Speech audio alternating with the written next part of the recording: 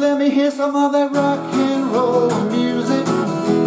Any old way you choose it. It's got a backbeat, you can't lose it.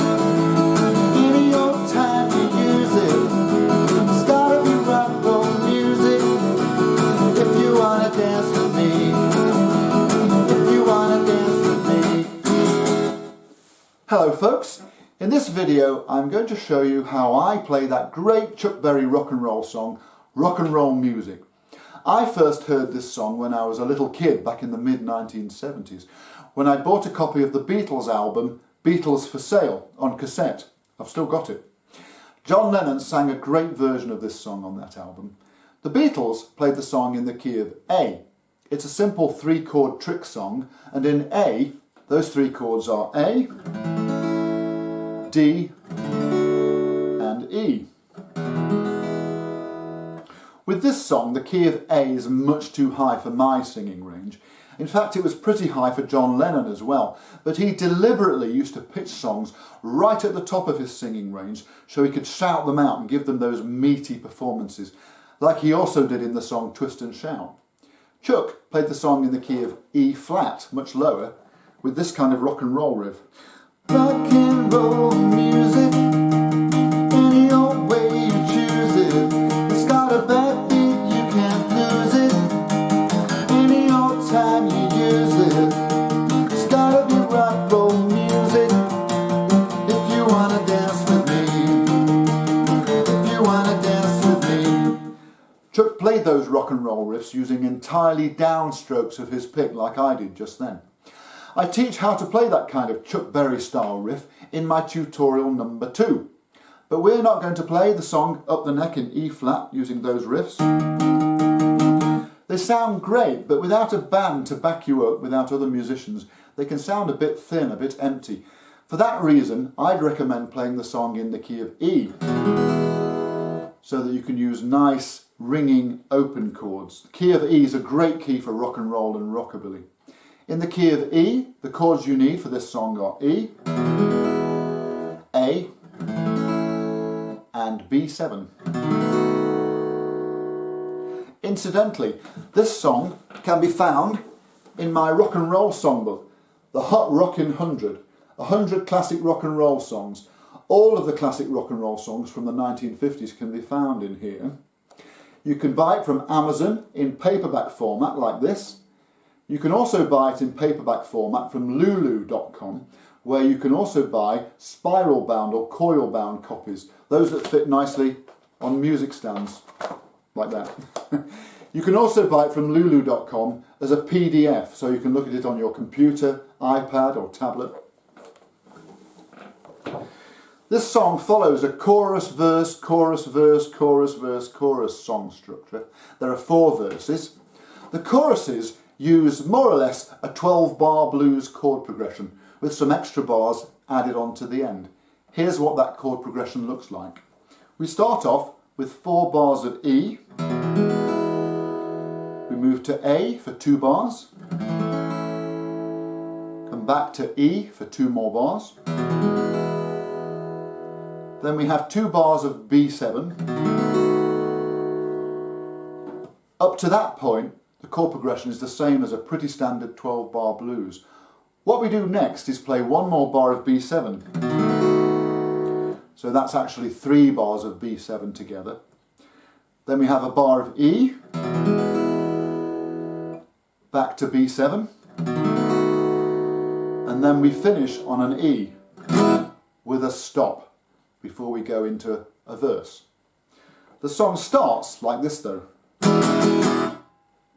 with an E7 chord. Play an ordinary open E, then drop your little finger, your pinky, onto the 3rd fret of the 2nd string and hit that chord 4 times. 1, 2, 3, 4. I usually play all downstrokes like that, but you could also play it with up and down strokes like this. In fact, I think that's what Chuck Berry did, although he was playing in the key of E flat, so he played an E flat 7 like this. To play that chord, make a C7 shape, muting the 1st and the 6th strings, then move that shape up 1, 2, 3 frets and it turns into an E flat 7. Just let me hear some of that rock and roll music. So enough of that in E flat, we're playing in E. I use what a lot of people call a train rhythm to strum this song, like this.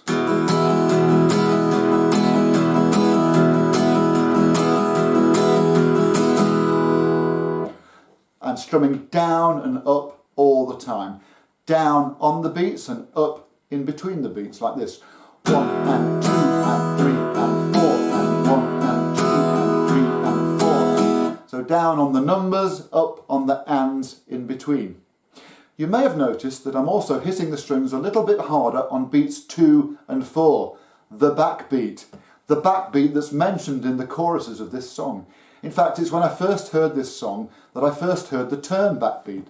Backbeat, you can't lose it, any old time you use it. Okay, so that's the strumming pattern. Now we're going to start off by playing this song with just the plain, open chords.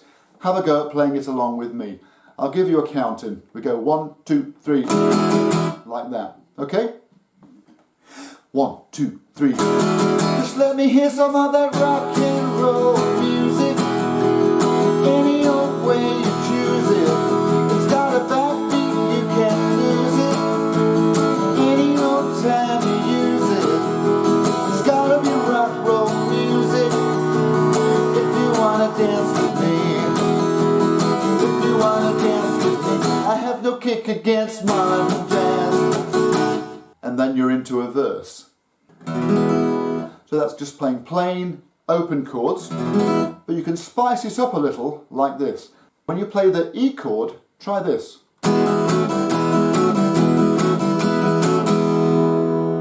Here it is played slowly. 1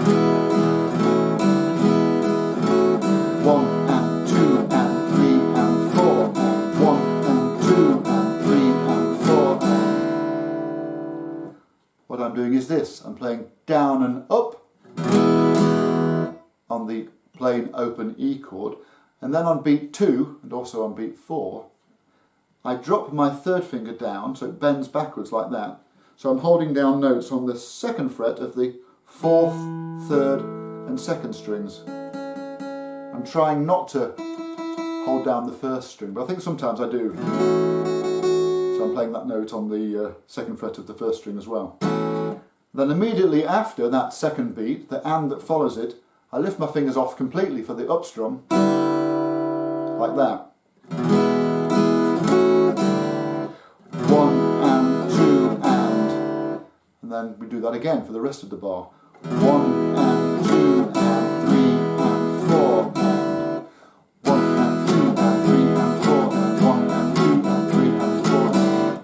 You'll get the knack if you practice that. But if you're finding that chord riff a little too tricky, if your fingers just won't bend like that, then there is an easier version that goes like this.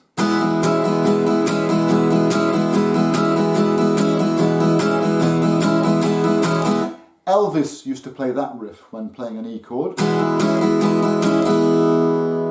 What I'm doing is playing a plain open E chord again, and on beats 2 and 4 I'm dropping my little finger, my pinky, down onto the 2nd fret of the 2nd string. That's actually an E6 chord if you want to think of it like that. And then I lift my finger off immediately after, so for the up strum that immediately follows we're back to a plain E chord. So 1 and 2 and 3 and 4 and 1 and 2 and 3 and 4.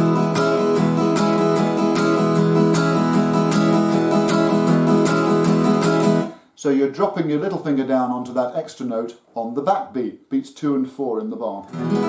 So that's what I do when I play the E chord. On the A chord, I do this. Here it is played slowly. 1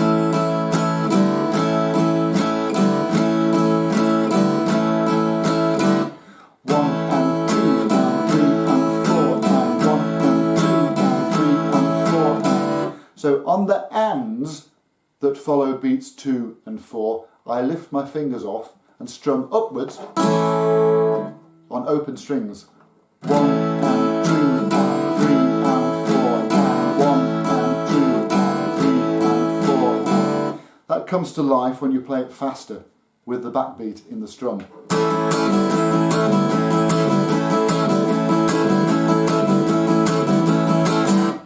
And I do something similar when I play the B7 chord. I know some of you find a B7 a little tricky, but you know, hang in there, you'll get it. So do the same thing really. 1 and 2 and 3 and 4 and 1 and 2 and 3 and 4. So here is that chorus played with those elaborations on the open chords.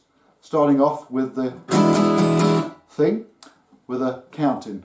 After 3, 1, 2, 3. Just let me hear some of that rock and roll music. Any old way you choose it. It's got a bad beat, you can't lose it. Any old time you use it. It's gotta be rock and roll music. If you wanna dance with me. If you wanna dance with me. I have no kick against modern jazz. Unless they try to play it through that fast. The verse chord progression starts with a B7 chord. Each of the chords in the verse chord progression is played for 2 bars. So that's 2 bars of B7, 2 bars of E, 2 bars of A, then 2 bars of B7. You could play the verses with this strumming pattern. Down, down, up, up, down, up, down, down, up, up, down, up.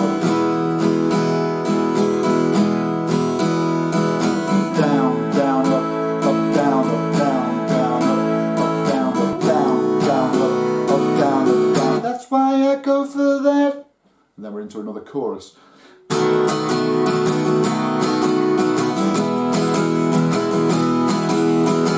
When played at speed like that strumming pattern sounds pretty good with this song, I think. What I tend to do though is use this rhythm.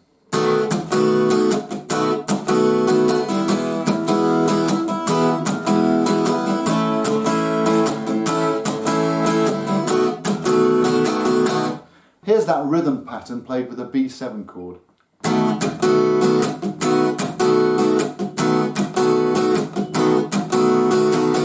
And here it is played really slowly, so you can see what I'm doing. 1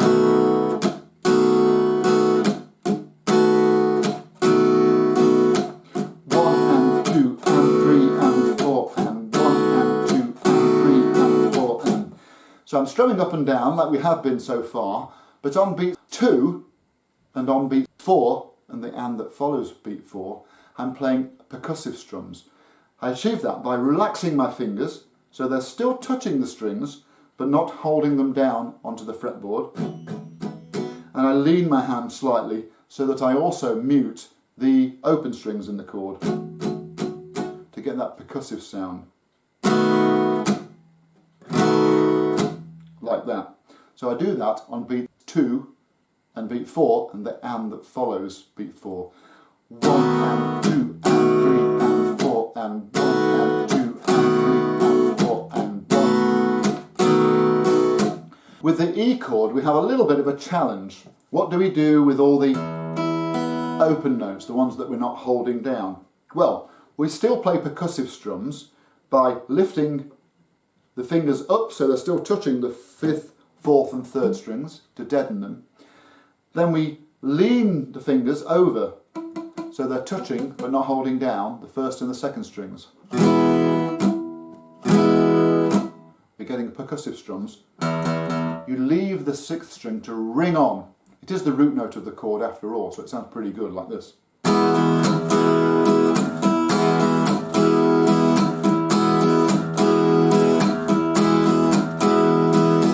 Okay, you do the same sort of thing with the A chord. This time, with the A chord, you're already muting the 6th string with your thumb, so we do the same thing.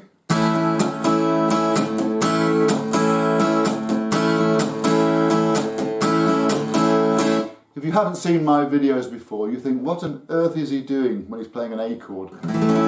That's my way of fingering an A chord. Well, it's actually Buddy Holly's way of fingering an A chord. I find it easier to cram my fingers into that small space by playing them in that configuration. Of course, you can play an A chord however you like. That's how to play the verses. I have no kick against modern dance, unless they try to play it good and fast. Change the beauty of a melody until it sounds just like a symphony. That's why I go for that rock and roll music. And then we're into another chorus. The song ends with this, an E6 chord. You play that like this. Play an ordinary open E chord, then drop your pinky, your little finger, onto the second fret of the second string to turn it into an E6. You could use all down strokes like that, or you could play up and down strokes like that. Okay? So there you have it. That's how to play Chuck Berry's song, Rock and Roll Music. I hope you found that useful. See you next time.